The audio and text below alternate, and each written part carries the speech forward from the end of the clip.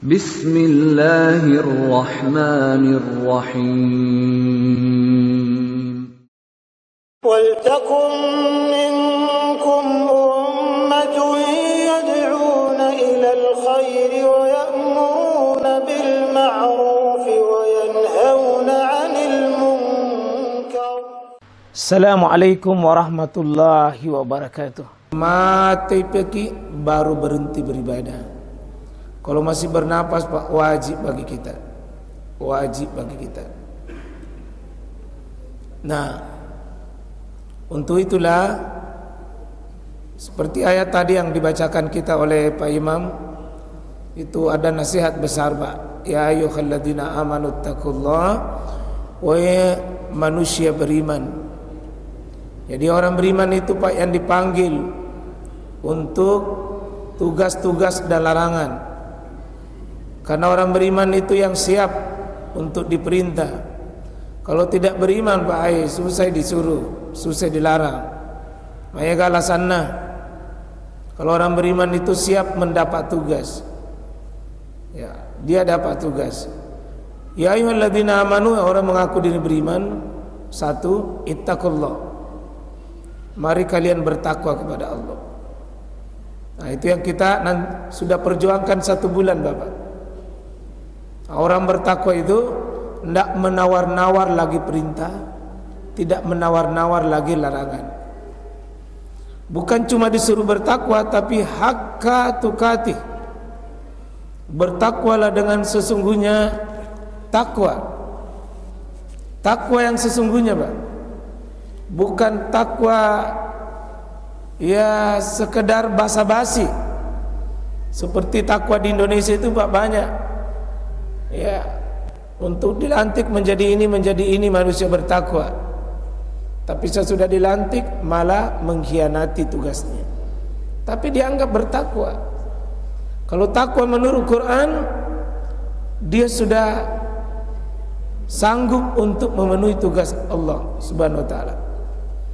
Bahkan ditutup ayat itu, wala tamutunna, jangan pernah kalian mati wahai manusia bertakwa, kecuali wa antum muslimun, Anda dalam keadaan sudah menyerahkan diri kepada Allah Subhanahu wa taala. Insyaallah jemaah sekalian, di kesempatan kali ini kita merawat takwa kita Pak, dengan berilmu, duduk di majelis ilmu.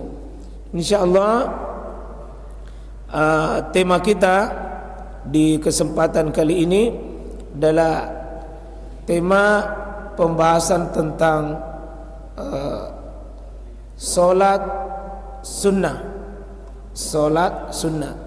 Saya anggap pembahasan kita dari takbir, kemudian menyimpan tangan, baca doa iftitah, baca surah Al-Fatihah, dan seterusnya ruku, i'tidal, sujud, seterusnya tasyahud, salawat, salam, zikir dan doa. Bisa Bapak nanti ada hal-hal yang belum jelas, bisa kita diskusi. Pembahasan kita adalah pembahasan tentang sholat dengan pembahasan tentang sholat sunnah. Karena ada sebagian orang yang tidak memahami ini, sampai mengatakan tidak salah sunnah ki Pak, Nabi kasunnah ji. Tidak salah sunnah ki Bu, Nabi sunnah ji. Ini ciri-ciri Pak tidak memahami. Sunnah itu sering kita dengar bahwa kau lakukan dapat pahala, kau ditinggalkan ini tidak apa-apa. Ini menurut saya terjemahan dan definisi yang kurang bagus. Kau dilakukan dapat pahala, kalau ditinggalkan tidak apa-apa, ini tidak apa-apanya Pak, yang bagus diperbaiki. Memang secara hukum ditinggalkan tidak berdosa, tapi rugi Bapak Ibu.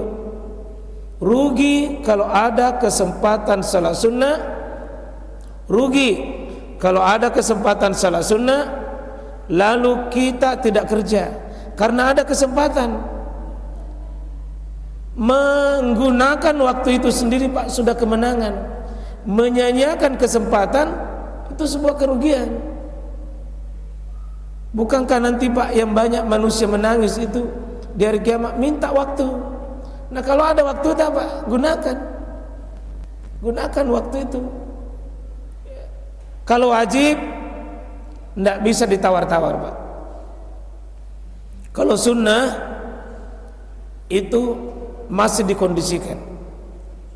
Kalau wajib tidak bisa. Paling nanti dalam pembahasan salat wajib ada namanya jamak, ada kasar. Tapi dia tidak bisa ditinggalkan keseluruhan. Kalau sunnah Pak, kadang-kadang sunnah itu bisa ditinggalkan dengan kondisi tertentu, tapi ada syarat dan ketentuannya. Kalau seperti bapak musafir Pak, musafir itu gugur salat sunnah qabliyah dan ba'diyah, kecuali salat sunnah subuh saja. Jadi kalau bapak ke daerah kemana itu, maka gugur salat sunnah qabliyah duhur, ba'diyah duhur, qabliyah asar, qabliyah maghrib, ba'diyah maghrib, ya qabliyah isya, ba'diyah isya, gugur itu. Tapi pahalanya tetap dapat Pak, meskipun tidak dikerja. Ya, tetap dapat pahala. Ya, itulah sebabnya Pak, kalau kita musafir tidak ada salat sunnah kecuali salat sunnah qabliyah subuh. Nah qabliyah subuh itu Pak termasuk daftar salat sunnah super istimewa. Bukan cuma istimewa Pak, super istimewa. Bahkan dia salat sunnah yang sifatnya bisa diqadha, bisa diganti. Kalau tidak sempat ambil sebelum subuh, bisa sesudah subuh. Tapi jangkit terus menerus. Kalau bapak datang di masjid begini, satu menit mami subuh naik koma, ya makin cancang salat subuh tak. Masih ada sebentar waktu, sudah salat subuh bisa kita langsung sholat. Tapi usahakan jangan itu rutin. Yang paling bagus sholat sunnah subuh itu bisa dikerja di awal duha. Di awal duha kita ganti qabliyah subuh.